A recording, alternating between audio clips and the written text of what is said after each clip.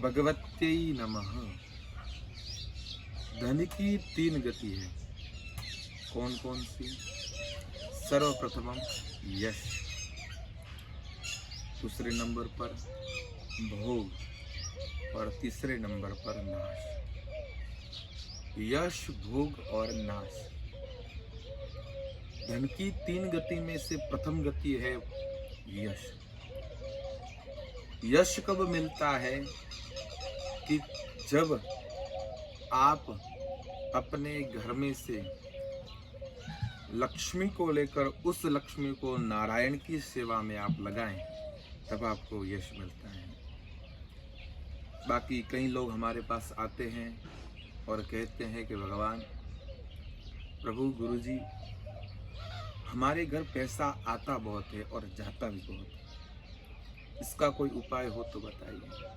तब हम कहते हैं कि यजमान जी सुनो, लक्ष्मी बहुत चंचल है, लक्ष्मी कभी एक जगह ठहरती नहीं है, और लक्ष्मी कभी एक जगह ठहरती नहीं है, रुकती भी नहीं है।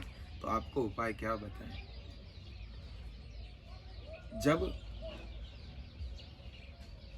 पहले के ज़माने में क्या होता था कि अभी जो सब बैंक बनी हुई है, बैंक आदि सब बना हुआ है, खाते अभी बनते हैं, लेकिन पहले के ज़माने में क्या, जो धन होता उसको घड़े में लेकर उसके अंदर सिक्के होते थे। पहले तो नोट होती नहीं थी, सिक्के आदि डालकर उसके अपने घर में कहीं कोने में खड्डा खोद कर उसमें रख देते हैं। यही पहले के ज़माने में ऐसे लोगों की ऐसी बैंक होती थी, वो रख देते थे। लेकिन न चोरी होने का उसमें डर होता, न कोई बात की है। लेकिन अभी जो आप धन को रखते हो और उस धन को चोरी होने का भय होता है, और उस धन को आप रखोगे तो वो लक्ष्मी कभी आपके घर टिके नहीं। जितना आप इकट्ठा करोगे धन, वो धन कभी ठहरने वाला है नहीं, क्यों? लक्ष्मी चंचल है, लक्ष्मी कभी एक जगह ठहरती नहीं है। सिर्फ नारायण के पास ही वो रुकी हुई है, बाकी किसी के पास ठहरती नहीं है। और लक्ष्मी का अर्थ आप समझो कि पैसे,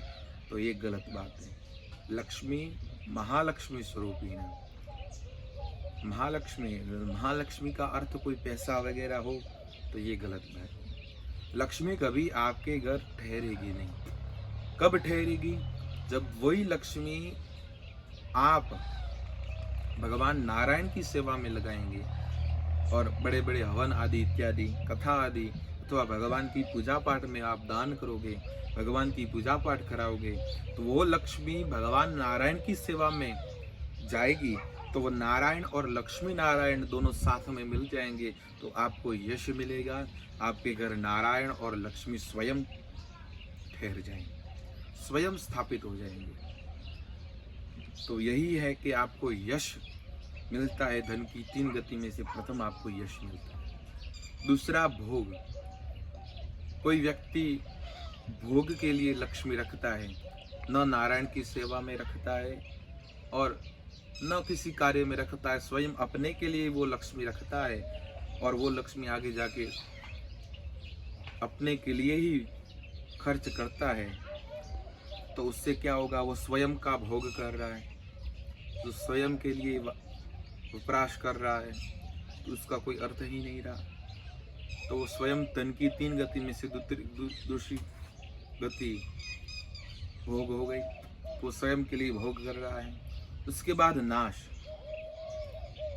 जितनी लक्ष्मी आप अपने घर पर रखोगे, उसका भोग भी करोगे, तो वो आगे चलकर आपको नाश हो जाएंगे। वैसे भी पहले के ज़माने में क्या, सिक्के थे तो उसको खड्डे में रखना कोई दोष लगता नहीं था, कोई उसमें से रखने से कोई चोरी होने का डर भी नहीं था।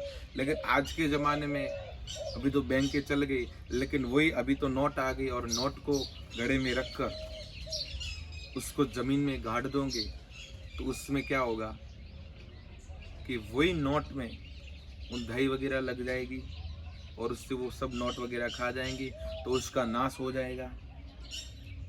नहीं तो पड़ा हुआ धन उसको कोई और लेके चला जाएगा, तो उसका भी नाश हो जाएगा। तो धन की तीन ही गति है। तो मेरा यही कहना है इस उद्देश्य के धन की तीन गति में से यश, भोग और नाश में आप सदैव यश को प्राप्त करो। भगवान नारायण की सेवा में आप लक्ष्मी को स्थापित करो। भगवान नारायण की सेवा में लक्ष्मी का वपराश करो। भगवान की कथाओं में दान करो। भगवान को प्रसन्न करने हेतु लक्ष्मी उनके पास लेके जाओ, तभी आपके घर में सुख शांति और आपको यश वैभव इत्यादि आपको मिलेगा। जय जय श्री राधे राधे।